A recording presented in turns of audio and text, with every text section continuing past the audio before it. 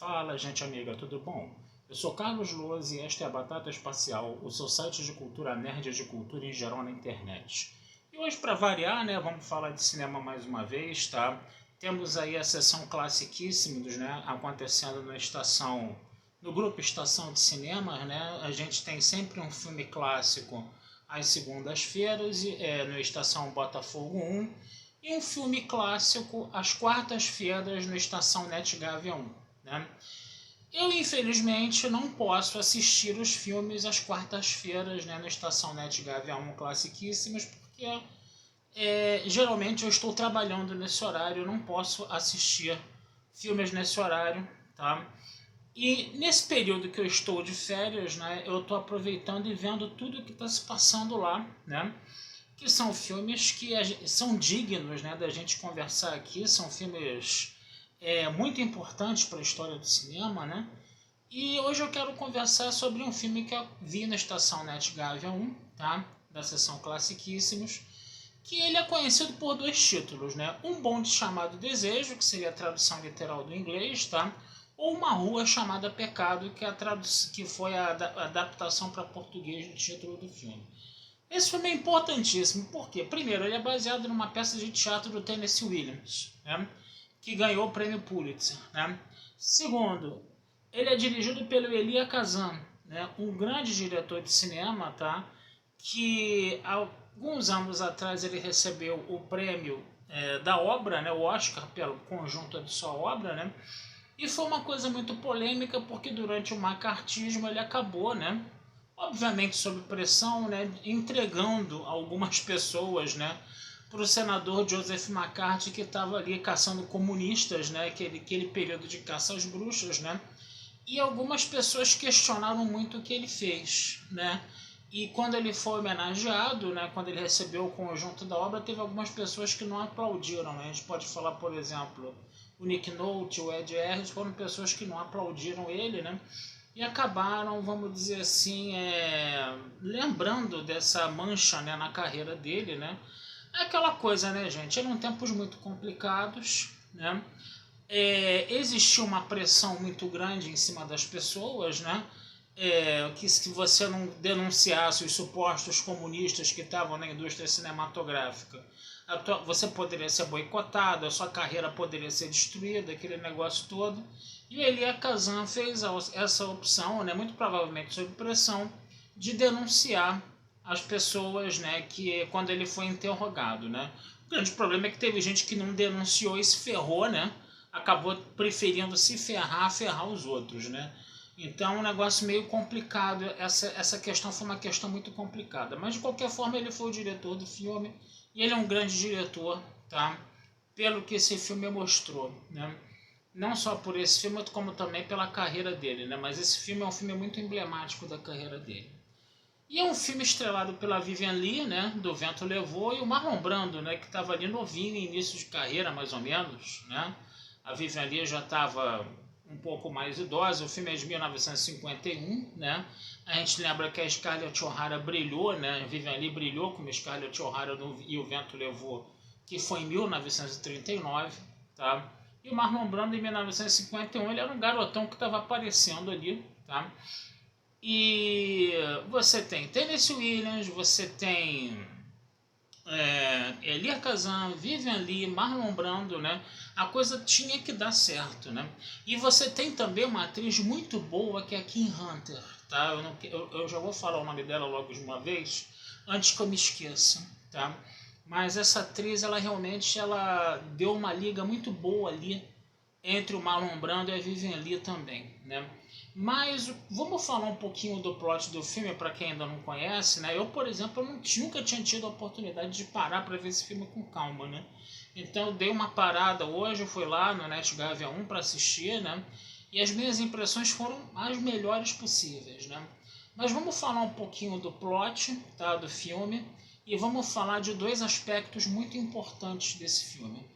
O filme ele fala de uma moça chamada Blanche, né, que é interpretada pela Vivien Leigh, e ela vai atrás, né, da irmã, né, que é a Stella, né, que é interpretada pela Kim Hunter, né, e a Stella é casada com um marido chamado Stanley, que é interpretado pelo Marlon Brando.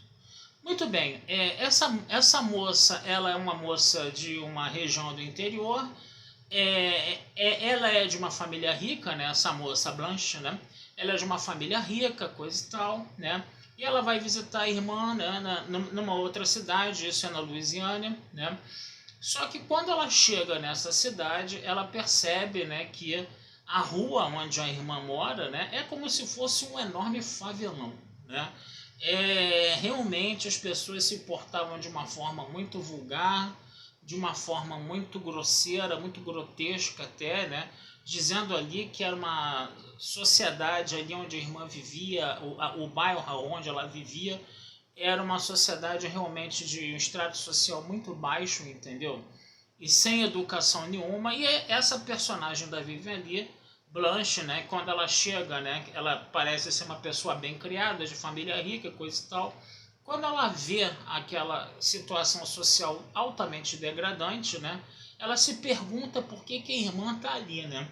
E elas conversam, né, sobre isso, né, coisa e tal, né? E ao mesmo tempo a gente também já começa a perceber que essa personagem Blanche ela tem algum tipo de problema, né?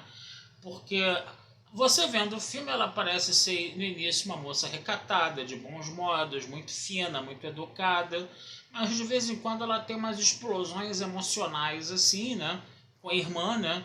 Que sugerem uma bipolaridade, né? Uma coisa, um termo que muito provavelmente em 1951 sequer existisse, né? Mas a gente que está aqui no alto do quase primeiro quarto do século XXI, a gente identifica logo no início do filme que ela era meio zureta das ideias, né? Que ela tinha uma bipolaridade ali, né? E isso já levanta uma questão. Mas, pois bem, o filme ele começa, ele joga essa isca, tá? Mas depois ele se afasta um pouco disso, né? A Blanche ela começa a brigar com a irmã, né? A conversa vai, conversa bem, ela começa a brigar com a irmã, dizendo que a fazenda dela, grande, que eles tinham uma propriedade, uma fazenda, coisa e tal, e por causa de uma má administração dos pais, dos avós, elas perderam essa propriedade, né? E ela vem cheio de roupas bonitas, né? Cheio de pérolas, joias, coisa e tal, né? E aí o marido da Stella, né, que é o interpretado pelo Marlon Brando, o Stanley, né, ele se revela uma verdadeira vaca braba elevada à enésima potência, né? Um cara extremamente rude, um cara extremamente grosseiro, né, mas que se dava relativamente bem, né, relativamente bem com a esposa dele, a Stella, né, os dois. Apesar dele ser um cara, às vezes, até bem violento, inclusive, ser um cara extremamente intransigente, né? Ele era um imbecil, vamos ser sinceros, né? O casal ali, né, realmente vivia feliz, vamos dizer assim, porque a Stella acabou se acostumando com aquele meio de vida, né? E vivia ali meio que na miséria, vivia com um marido que horas era violento, que horas era amável, entendeu?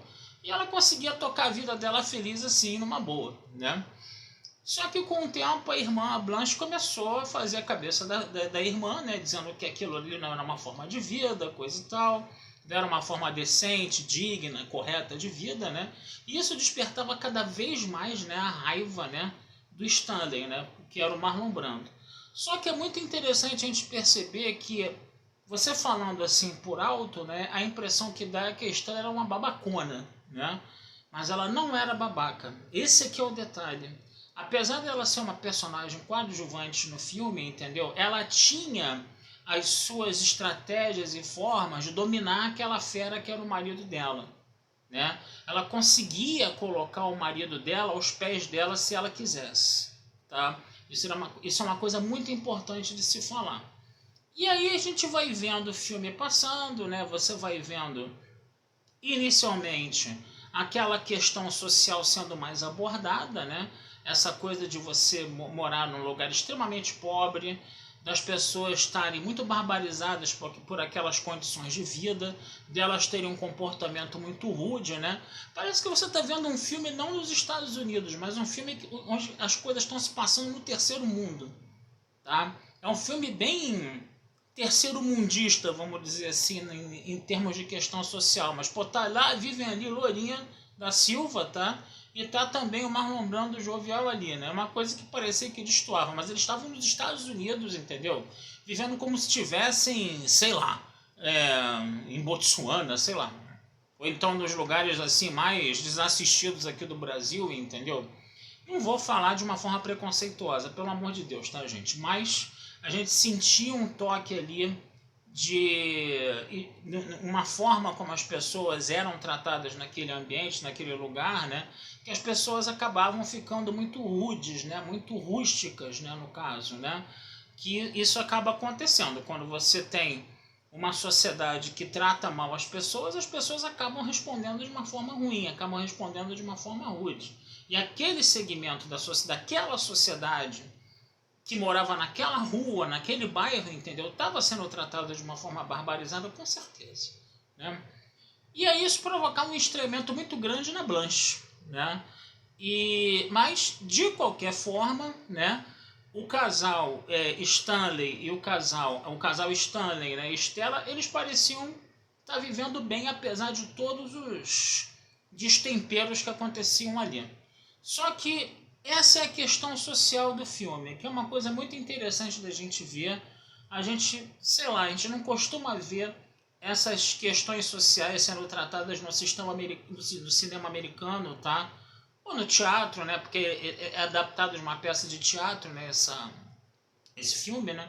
Você não vê essas questões sociais sendo tratadas de uma forma tão crua, ainda mais em território americano. O cinema realmente ele bebeu dessa fonte aí, né? O cinema sempre foi uma arte ilusória, o cinema sempre foi uma arte que, principalmente no período da depressão, queria trazer alegria para as pessoas esquecerem, né? A vida desgraçada que elas estavam levando por causa da crise econômica, né? E esse filme não, esse filme entra de sola, mete o dedo na ferida com relação à questão social, como poucos filmes americanos fazem, né? Então esse filme ele já é muito importante, só por causa disso esse filme já é muito importante. Mas o filme ele vai além, né? Eu falei aqui, é um filme da Vivien Leigh, é um filme do Marlon Brando, é um filme da Kim Hunter, né? Esses três personagens eles interagem muito bem, tá certo? Seja o Brando com a Hunter, seja o Brando com a Vivien Leigh, seja a Vivien Leigh com a Hunter, tá? Os três interagem, e até os três juntos, eles interagem muito bem, dão uma química muito boa, e aí você vê o dedo da direção do Elia Kazan aí nisso, né? Agora, o filme, se você tiver que falar assim, tá, mas quem foi o ator que se destacou nesse filme? Com certeza absoluta, né? E ela inclusive está lá no topo dos créditos, né? Foi a Vivien Leigh. Isso daí você não tem nem o que questionar com relação a isso, tá? Por quê? Porque a personagem da Vivien Leigh são três personagens extremamente complexos. A gente tem que falar isso, tá? Mas a personagem da Vivien Leigh, ela extrapolava toda a complexidade. Por quê? Porque a mulher estava realmente maluca. A mulher realmente ela estava com problemas, entendeu? Desculpa falar a expressão mais rude, mais crua. Problemas mentais mesmo, entendeu? E ela criava um mundo paralelo, entendeu? Que ficava só no imaginário dela, né? E o que acontecia? Isso provocava as piores confusões, porque o Stanley achava que quando ela fazia aquilo, ela estava querendo dar um golpe na irmã. E ele reagia de forma extremamente violenta para cima da Blanche e inclusive para cima também da esposa dele, para Stella, né? O Marlon Brando é o grande vilão do filme, tá? Ele é um vilão realmente, o cara é realmente odioso, o cara é realmente venal, entendeu? E o que vai acontecer? A gente vai vendo, né, essa loucura progressiva se desenvolvendo ao longo do filme, né? E você fica meio sem saber se ela estava jogando, se ela era uma pessoa que estava falando a verdade, que a vida dela tinha sido tudo aquilo mesmo, se ela estava inventando um monte de mentiras de forma deliberada para passar a perna nos outros, né? Ou se ela estava zureta das ideias mesmo, estava vendo coisas, estava inventando coisas da cabeça dela, né? E o filme ele não vai falar para você imediatamente, tá? o que era essa personagem mesmo. Quando a gente chega no final do filme, a gente sabe o que é, né? Agora, o que vai mergulhar ela realmente numa parte assim mais terminal da loucura dela, né? Foi que quando, né, a irmã dela, né, a Estela, né, foi para o hospital realizar um parto, porque ela inclusive estava grávida, né? A Blanche ficou sozinha, né, com o Stanley em casa. E aí, dentro dos devaneios dela, né, obviamente o Stanley, muito idiota, muito tapado, ele não percebeu que a mulher estava surtando, estava enlouquecendo, entendeu? E continuava pensando que ela estava ali de uma forma deliberada, entendeu? Fazendo aquilo, né? Quando não estava, né? E nesse contexto aí ele acaba, né? Ela acaba querendo atacar ele com uma garrafa quebrada, né? Aquele negócio todo, né? Porque ela percebeu que ele ia ser violento para cima dela. E aí, nesse contexto aí, ele acaba estuprando a moça, né? O que faz ela ficar doida de vez, né? Agora, essa loucura sempre existiu. Esse que é o grande detalhe. E a Estela sabia disso desde antes, só que ela não contava para ninguém. Mas você percebe, né? Pelas falas do filme, mais ao início e mais ao final do filme, elas se repetem. Por exemplo, a Estela ela falava para o Stanley, quando a Blanche acabou de chegar, elogia as roupas dela, elogia as joias dela, entendeu? Fica adulando ela, elogiando ela, fica falando que ela tá cheirosa, perfumada, porque ela usa perfume, que ela usa tal, como não sei o que, coisa e tal, né? E ele pau da vida com aquilo, né? Achando que era a frescura da mulher, mas na verdade o que acontecia? A irmã já sabia que ela vivia, que a irmã, a Stella já sabia que a Blanche vivia no mundo paralelo, né? E tipo assim, vamos alimentar essas ilusões dela, porque senão ela surta, entendeu? E no final do filme, o que acontece? A Estela repete esse discurso. Vamos dar uma maneirada para cima dela, vamos elogiar ela, não vamos contrariar, né, como se fala no popular, né? E vamos ficar falando só coisas para agradar ela, para alimentar esse mundo de fantasia dela, né? Então, quer dizer, o filme ele vai jogando, entendeu? Essas pistas ao longo, né, da sua execução, né? Que vão deixando o espectador em dúvida sobre o que a personagem da Vivian Lee realmente é, se ela era uma vítima mesmo, se ela era uma mentirosa que estava fazendo tudo isso de forma deliberada, ou se era a Lelé da Cuca, essas três coisas. O filme fica jogando, né, com essas questões ao longo de toda a sua execução, né? E isso só pode acontecer se você tiver um puta de um texto, né? Que é o que a gente está vendo aí nesse filme do Tennessee Williams, né? O desfecho do filme eu não vou contar aqui para vocês, mas é um desfecho, né? Obviamente trágico. Outra coisa que é muito importante de se falar, o cinema americano ele opta pelo happy end. A gente sabe que cinema americano as pessoas não querem ver finais tristes, né? Teve o documentário do Stallone da Netflix, por exemplo, que ele disse que quando ele fez o primeiro Rambo, né, o final do filme era o que? Era o Trautmann dar um tiro no Rambo e matar o Rambo. O final do Rambo 1 ia ter só o Rambo 1. Aí o Stallone chegou e falou, não é possível eu fazer um negócio desses, cara. Eu tô fazendo um filme sobre veteranos de guerra do Vietnã, que se suicidam depois da guerra. Você quer que eu faça um filme sobre um veterano de guerra do Vietnã para esse veterano morrer com um tiro na cara no final do filme? Não, pelo menos vamos prender ele, vamos deixar ele preso lá na cadeia, né, coisa e tal, né? Não é um final feliz também, mas não chega a ser um final trágico, tá? Esse filme, né, Uma Rua Chamada Pecado, um bonde chamado Desejo, tá? O final dele é trágico. O final dele é bem trágico, tá? Realmente, e você não poderia exigir uma outra situação diferente desse final mais trágico, né? Por todo o contexto do filme, porque soaria extremamente falso. Então, você consegue ter um filme que vai na contramão dos finais felizes do cinema. Você consegue ter um filme que aborda questões sociais de uma forma extremamente crua, como nunca foi visto. Você tem atuações magníficas do Marlon Brando, da Vivian Lee, da Kim Hunter. Tá? Você tem uma direção muito marcante que é do Elia Kazan. E você tem, principalmente, né, esse texto do Tennessee Williams, né, que veio do teatro, não é do cinema, tá? Esse filme é uma adaptação para o teatro, tá? Aí você vai falar, é um teatro filmado então? Não.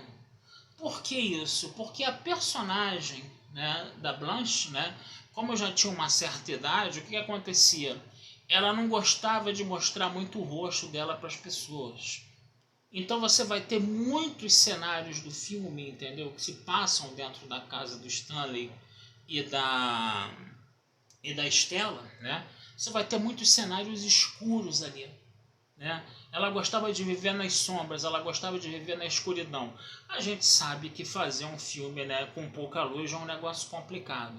Agora, o filme preto e branco ainda com pouca luz, onde você vai mostrar a escuridão, né, a questão do claro e escuro, entendeu? Também remete um pouco a esse expressionismo alemão que tivemos, né, na década de 20, né? Você tem aquela coisa do claro e escuro ali trabalhando, como aconteceu também na Bela e a Fera do Jean Cocteau, né, onde ele trabalhou isso excelentemente bem, tá? E aí você precisa ter uma puta de uma fotografia quando você trabalha o claro e escuro, onde você tem a predominância do escuro, né, nos fotogramas, né? E outra coisa também que a gente pode dizer de uma certa forma que aproxima, né, o filme do expressionismo alemão também, né? A questão das alucinações, né, da Blanche. Você vê muita coisa de alucinação, entendeu? No cinema expressionista, mas essas alucinações são trabalhadas mais no campo das imagens. O Metrópolis, por exemplo, tem exemplos de alucinações, né? O Fritz Lang pegou essa coisa da alucinação e levou para o cinema americano também, essa alucinação expressionista. A alucinação da Blanche estava mais no quê? No seu diálogo, nas suas falas, no seu texto. Entendeu? Não era uma coisa dentro da materialidade da imagem, mas sim dentro da estrutura do texto, né? Dentro da estrutura das falas dela. Devem ter sido falas muito difíceis, entendeu? De você decorar. Se bem que a Vivian Leigh já devia ter muito tempo, né? Agora, você decorar, você fazer, botar a emoção necessária naquelas falas, coisa e tal. E não era uma coisa assim que você, eu vou começar completamente triste, depois completamente alegre. Não. Ela começava os devaneios dela, estava completamente alegre, daqui a pouco ela ficava no estado de confusão, mergulhava numa tristeza, daqui a pouco ela mergulhava num medo, numa raiva, entendeu? Então ela tinha que mudar os estados emocionais dela no transcorrer das falas, né? Gente, isso não é qualquer um que sabe fazer com tanta maestria como a Vivian Leigh fez, tá? Então, recomendo fortemente que vocês procurem esse filme. Quem gosta de cinema mesmo para valer, tem que ver esse filme, tá? Que esse filme ele trabalha muitas questões, ele faz muitos desafios às convenções, né, comerciais do cinema americano, né? A gente sente isso também, tá? E é um filmaço, gente. Acima de tudo é um filmaço. E acima de tudo a gente tem que bater palmas para a atuação da Vivian Leigh. Scarlett O'Hara no Vento Levou, fazer uma menina mimadinha do Sul durante a Guerra da Secessão, é uma coisa. Agora fazer uma mulher que perdeu completamente a razão e está completamente transtornada com isso é outra bem diferente. É outra muito diferente. Aí você está vendo a Vivian Leigh trabalhando o seu talento de uma forma magnífica, de uma forma espetacular. E o Marlon Brando foi legal, mas o Marlon Brando, a atuação dele, o personagem dele era um personagem muito violento e muito caricato. Então você ser um cara caricato, entendeu? Isso favorece o overacting, né? Você tem um personagem caricato, né? Você tem um personagem violento, tudo isso favorece o overacting, né? O Marlon Brando ele se revelou um grande ator, de repente, até depois. Esse papel talvez ele tenha sido um pouco mais fácil de ser feito para ele, né? Perto de outras coisas que ele fez. Em Apocalipse Sinal, por exemplo, ele está fantástico, né? Você tem e outros filmes também. Ele é um grande ator, obviamente, tá? Mas nesse filme não deu para competir com a Vivian Leigh. Ela estava anos-luz à frente dele, mas ó, disparado. Bom, gente, eu vou terminar o vídeo por aqui, tá? Que já está com quase 25 minutos. Vida longa e próspera para todos. Quando o vídeo fica comprido é porque tem muita coisa para falar do filme, porque o filme é muito bom, tá? O problema é que as pessoas não têm saco, né? Essa sociedade hoje que gosta de tudo entregue na hora, dentro de uma velocidade, entendeu? Não está acostumado a ficar aqui vendo esses vídeos compridos assim.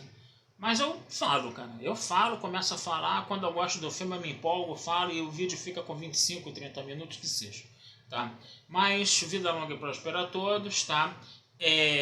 Não deixem de visitar meu site batataespacialtudojunto.com.br e futuramente vamos conversar sobre mais filmes aí com vocês.